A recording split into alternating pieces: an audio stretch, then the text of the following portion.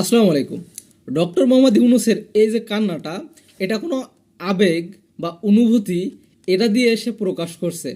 তার যে প্রকৃত যে আবেগ, এটা কোনো পলিটিক্যাল বা ক্ষমতা থাকার জন্য মানুষের সিম্প্যাথি গেইন করার জন্য সে তার চোখ দিয়ে পানি আসছে যে পলিটিক্যাল লিডারদের মতো, তা না। এই রুবিন ফারহানার কথা শুনেন। করছেন, বক্তৃতা করার ফাঁকে চোখের পানিও ফেলছেন, ঠিক এনি আদার পলিটিশিয়ানের মতো। আপনারা চিন্তা করতে পারতেছেন যে তাকে নিয়ে কি বলতেছে। আমি প্রুফ দিই।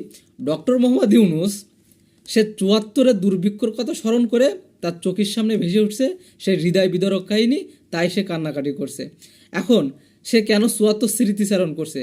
দেখেন, ৭৪-এর সময় বাংলাদেশের মানুষ না খেয়ে মানুষ মারা যায়, অনেক মানুষ মারা যায়।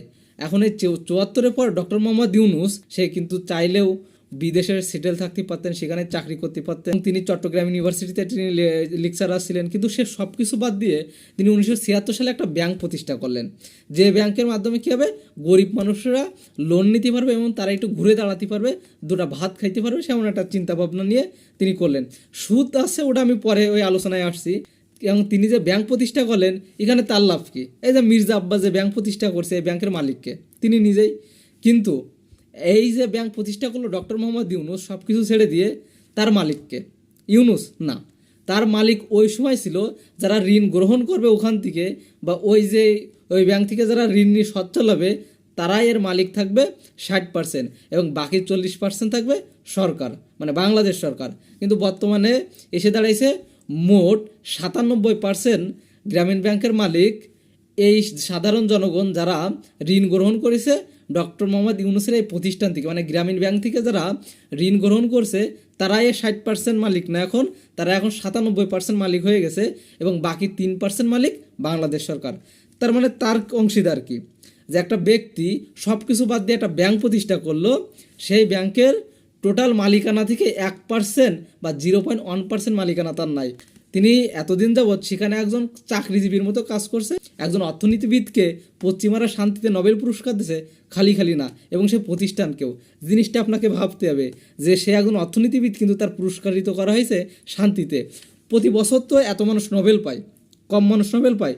যথেষ্ট মানুষ নোবেল পায়, প্রতি বছর প্রায় অনেক মানুষ নোবেল পায়, কিন্তু ইউনূসের মতো কয়জন আছে? এবং প্রতি বছর কিন্তু নোবেল পাচ্ছে, শান্তিতে পাচ্ছে, সাহিত্যে পাচ্ছে, অর্থনীতিতে পাচ্ছে। কিন্তু ইউনূস সাহেব যে নোবেল পেয়েছে, সে একজন নোবেল বিজয়ী। সো তার যে প্রভাব, তার যে সম্মান পুরো বিশ্বে, এমন কয়জন নোবেল বিজয়ীর আছে? আপনি জিনিসটা চিন্তা করেন। পুরো বিশ্বে যদি এখন ডক্টর মোহাম্মদ ইউনূসকে যদি ধরেন, তো তার মতন ব্যক্তিত্ব বা তার মতন প্রভাবশালী ব্যক্তি একজন, তা আপনি ধরতে পারেন সেই একজনই আছে। সো বাংলাদেশের জন্য সে একজন রহমত স্বরূপ। এক কথায় দেখেন বাংলাদেশটাকে সে কিভাবে চালিয়ে নিয়ে যাচ্ছে। তার যে চোখের পানি, এটা সাধারণ মানুষের স্বাভাবিক পানি, যে মানুষের কষ্ট দেখে সে তখন ব্যাংক প্রতিষ্ঠা করছে তার সব কিছু বাদ দিয়ে, আর এখন সে দেশ চালাচ্ছে। সে চাচ্ছে এই দেশটাকে, সে অনেক আগে স্বপ্ন দেখছিল এই দেশের মানুষ যাতে না খেয়ে থাকে, এই দেশের মানুষ যে যাতে অর্থনৈতিকভাবে সচ্ছলায়, সে স্বপ্ন এখান থেকে 50 বছর আগেও তিনি দেখছিল, তিনি এখনও দেখেন, এবং তার জীবনের শেষ মুহূর্তে তিনি এই জন্যই ক্ষমতা নিছেন। তার ক্ষমতার প্রতি কোনো লোভ নাই, তার লোভ খালি একটাই, যে বাংলাদেশের মানুষ যাতে আর দুঃখ কষ্টে বা অনাহারে না থাকে, বাংলাদেশের মানুষ যাতে দুইটা ভাত খাইতে পারে, বা বাংলাদেশের মানুষ যাতে ভালোভাবে চলতে পারে, ভালোভাবে বাঁচতে পারে, তার স্বপ্ন এইটাই।